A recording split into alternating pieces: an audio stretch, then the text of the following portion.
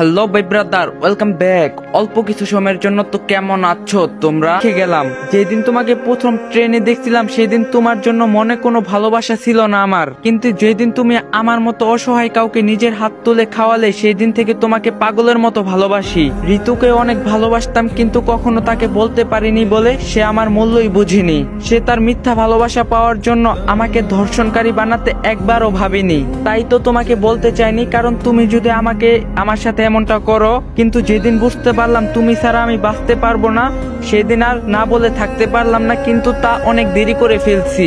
জানি না তোমাকে আমি নিজের করে পাবো কিনা, কিন্তু এতটুক শুধু জানি আমার যেদিন নিজের হাত অচল ছিল সেদিন তোমার মাঝে আমি নিজের হাত খুঁজে পেয়েছি। যদি কখনো তোমাকে না পাই তবুও সারা জীবন তোমাকেই ভালোবেসে যাব। ইতি। এসব পরে মিম আরো কাঁদতে লাগলো, কারণ সেও রাফিকে অনেক ভালোবাসে, কিন্তু সে এখন কি করবে, সেও একবারে অসহায়। এদিকে রাফি রিয়াজের সাথে তাদের বাড়িটা ঘুরে ঘুরে দেখতে লাগলো, তখন একটা ছবি তার চোখের সামনে পড়লো। তা দেখে রাফি একটু কেমন জানি অবাক হয়, আর রিয়াজ তা দেখে বলে, কি দেখছো ওই ছবিতে? ওই ছবি, ওটা আমার মা, আর ওটা আমার মায়ের সাথে আমার বাবা।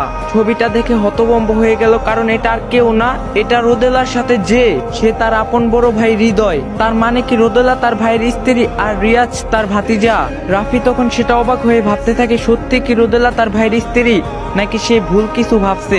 এগুলো ভাবতে ভাবতে গিয়ে হঠাৎ করে রিয়াজ বলে, তুমি কি ভাবছো?